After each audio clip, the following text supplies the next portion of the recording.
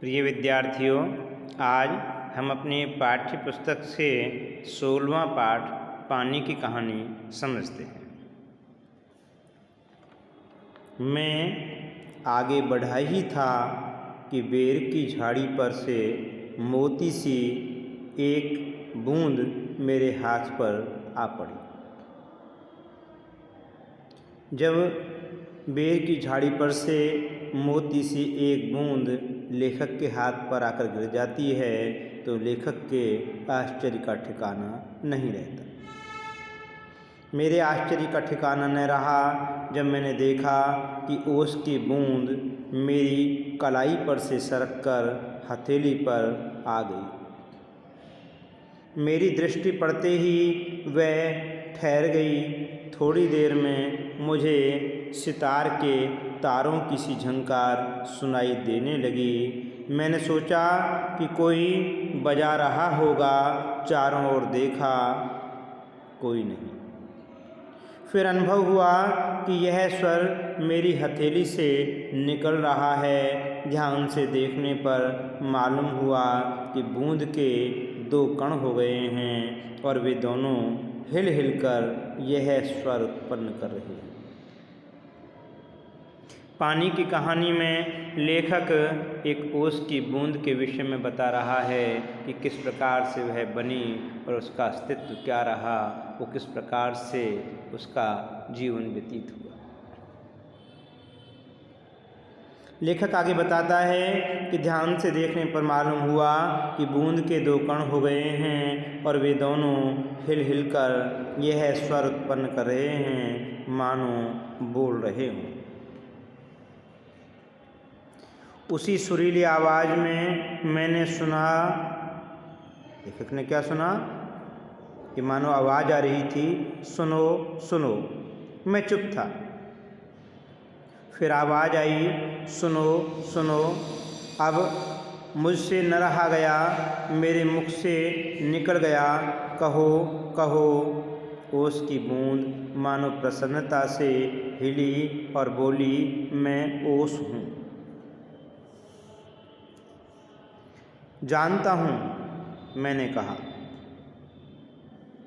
लोग मुझे पानी कहते हैं, जल भी कहते हैं, मालूम है। मैं बेर के पेड़ में से आई हूँ। तो लेखक कहता है, झूठी। मैंने कहा और सोचा, बेर के पेड़ से क्या पानी का फव्वारा निकलता है? अर्थात बेर के पेड़ से पानी की बूंद नहीं आ सकती। उसका जीवन बेर के पेड़ से नहीं निकला।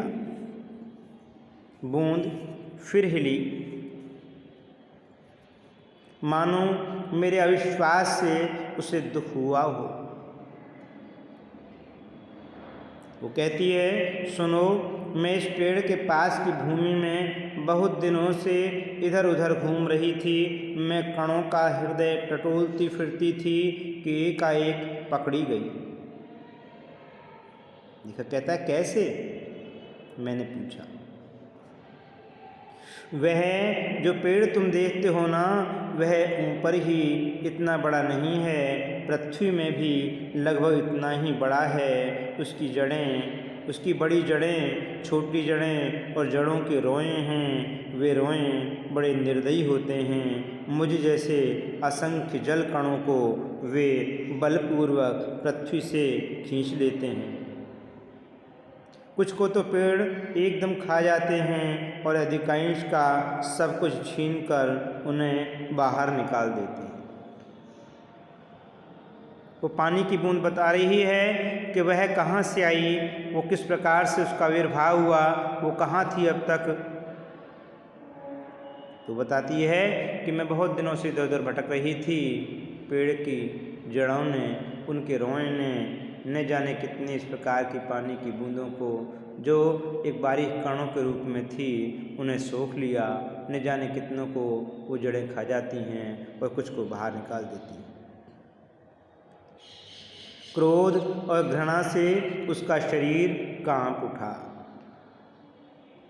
तुम क्या समझते हो कि वे इतने बड़े यूं ही खड़े हैं? उन्हें इतना बड़ा बनाने के लिए मेरे असंख्य बंधुओं ने अपने प्राण नाश किए हैं। मैं बड़े ध्यान से उसकी कहानी सुन रहा था। तो पानी की बूंद बताती है कि हमारे न जाने कितने बंधुओं ने अपने प्राण त्यागे हैं, तब जाकर के वह पेड़ बना है, वह पेड़ निर्मित हुआ है। हाँ, तो मैं भूमि के खनिजों को अपने भीतर अपने शरीर में घुलाकर आनंद से फिर रही थी कि दुर्भाग्यवश एक रोए से मेरा शरीर छू गया। किसके रोए से? उन जड़ों की रोए से। जड़ किसकी? पेड़ की जड़ के रोए से उसका शरीर छू गया।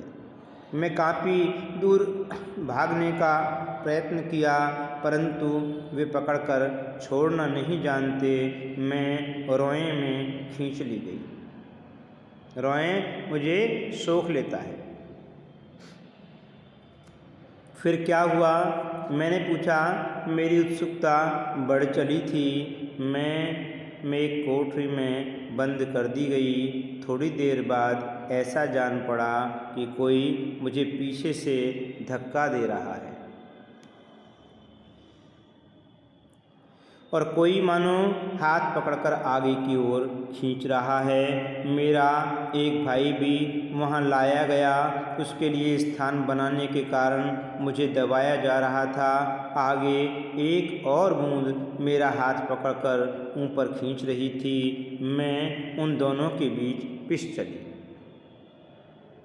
तो वह पानी की बूंद कह रही है कि उसके अंदर रोए के द्वारा एक नहीं अनेकों बूंदों को इस प्रकार से सोख लिया गया, उनके अस्तित्व को अंदर ले लिया गया और हम सब गिचपिच में वहाँ मौजूद थे।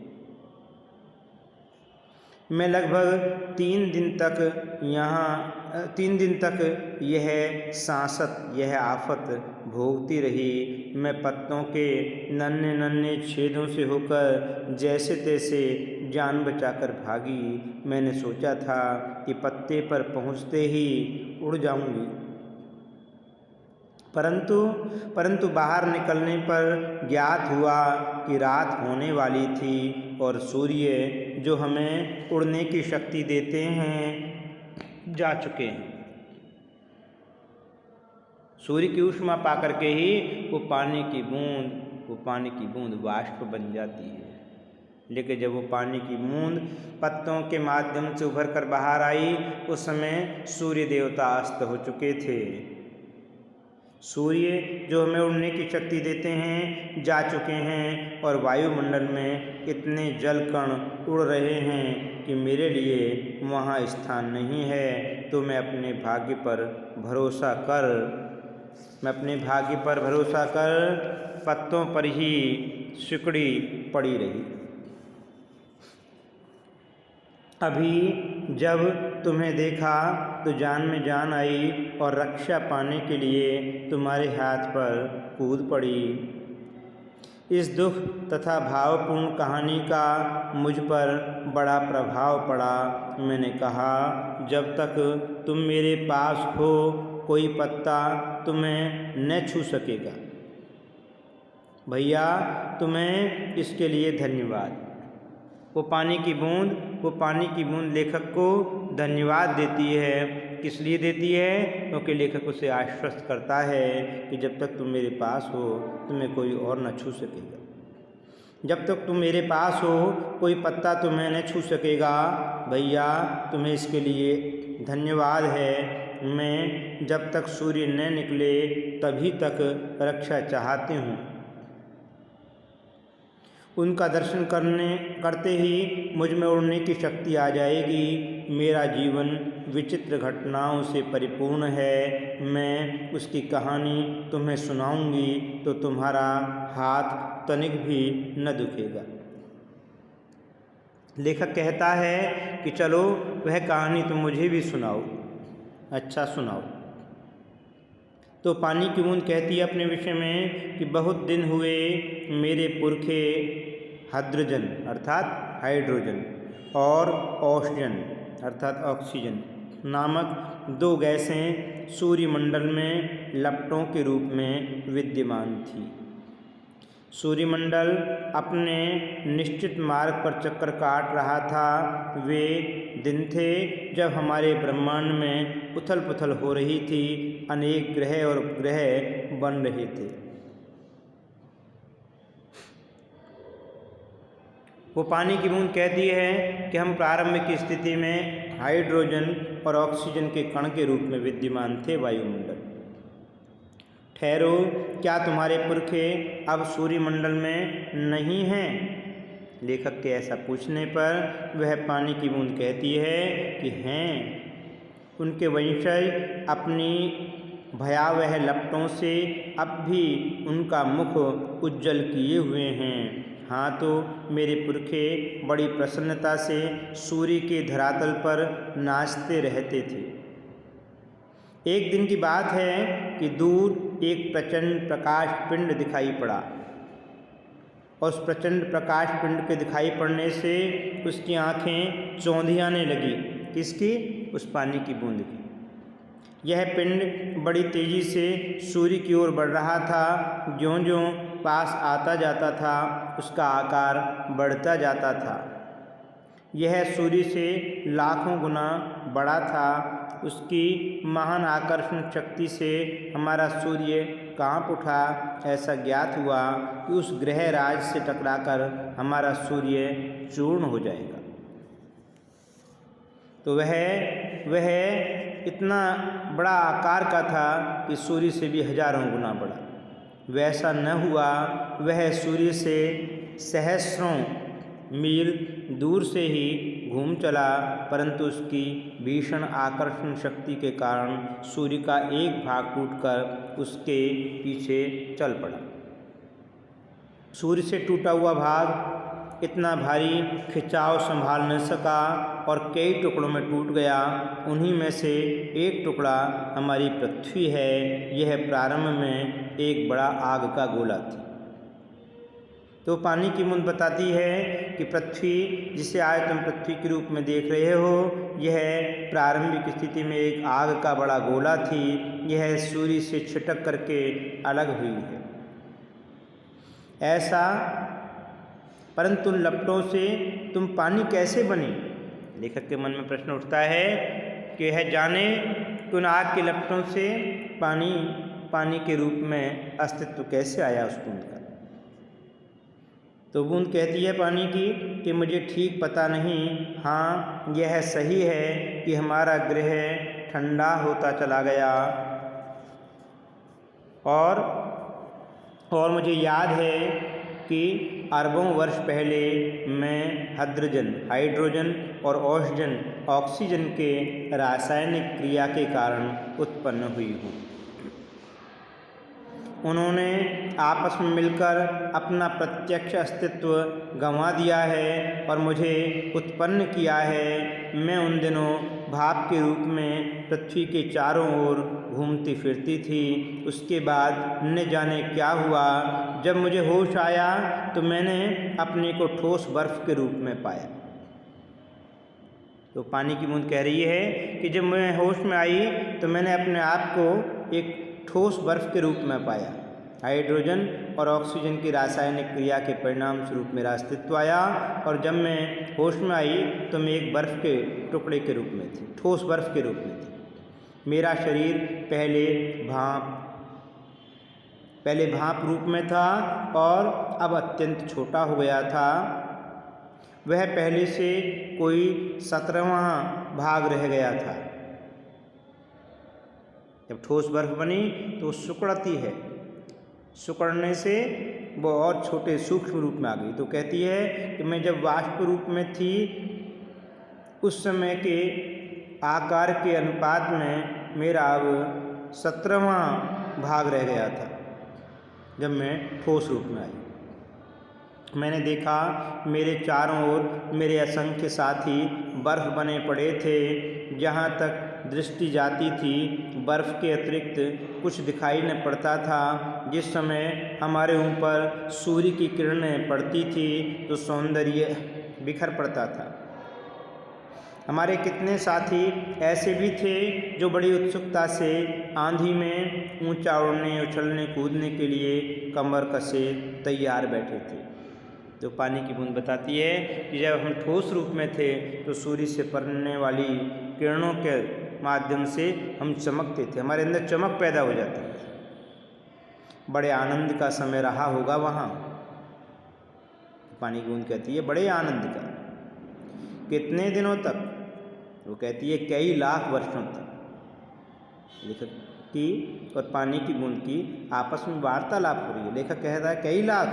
हाँ, चौंको नहीं, मेरे जीवन में 100-200 वर्ष दाल में नमक के समान भी नहीं हैं। मैंने ऐसे दीर्घजीवी से वार्तालाप करते जान अपने को धन्य माना और ओस की बूंद के प्रति मेरी श्रद्धा बढ़ चली। तो ओस की उस बूंद की जीवन गाथा सुनकर के लेखक के मन में उस ओस के बूंद के प्रति श्रद्धा पैदा हो जाती है। हम शांति से बैठे एक दिन हवा से खेलने की कहानियाँ सुन रहे थे कि अचानक ऐसा अनुभव हुआ कि मानो हम सरक रहे हों। सबके मुख पर हवाइयाँ उड़ने लगी। अब क्या होगा? इतने दिन आनंद से काटने के पश्चात अब दुख सहन करने का साहस हम में नहीं था। बहुत पता लगाने पर हमें ज्ञात हुआ कि हमारे भार से ही हमारे नीचे वाले भाई दबकर पानी हो गए हैं। उनका शरीर ठोसपन को छोड़ चुका है और उनके तरल शरीर पर हम फिसल चले। तो लगातार भार बढ़ने से उसकी बूंद कहती है कि मैं जो ठोस रूप में थी पिघलने लगी और पानी के साथ साथ मैं भी नीचे की ओर बह चली। मैं कई मास समुद्र में इधर उधर घूमती रही। फिर एक दिन गर्म धारा से भेंट हो गई। धारा के जलते अस्तित्व को ठंडक पहुंचाने के लिए हमने उसकी गर्मी सोखनी प्रारंभ कर दी और इसके फलस्वरूप मैं पिघल पड़ी और पानी बनकर समुद्र में मिल गई। इस प्रकार से ओस की बूंद अपना ऑक्सीजन और हाइड्रोजन के मिलने से उनके रासायनिक क्रिया के परिणाम स्वरूप किस प्रकार से पानी की बूंद बनती है और जब उसे होश आता है अपने आप को बर्फ़ के रूप में पाती है। बर्फ़ के पिघलने से बहकर समुद्र में आ जाती है और समुद्र में आने के बाद उसका क्या स्थिति होती है इसे हम कल एक बार फिर जानेंगे।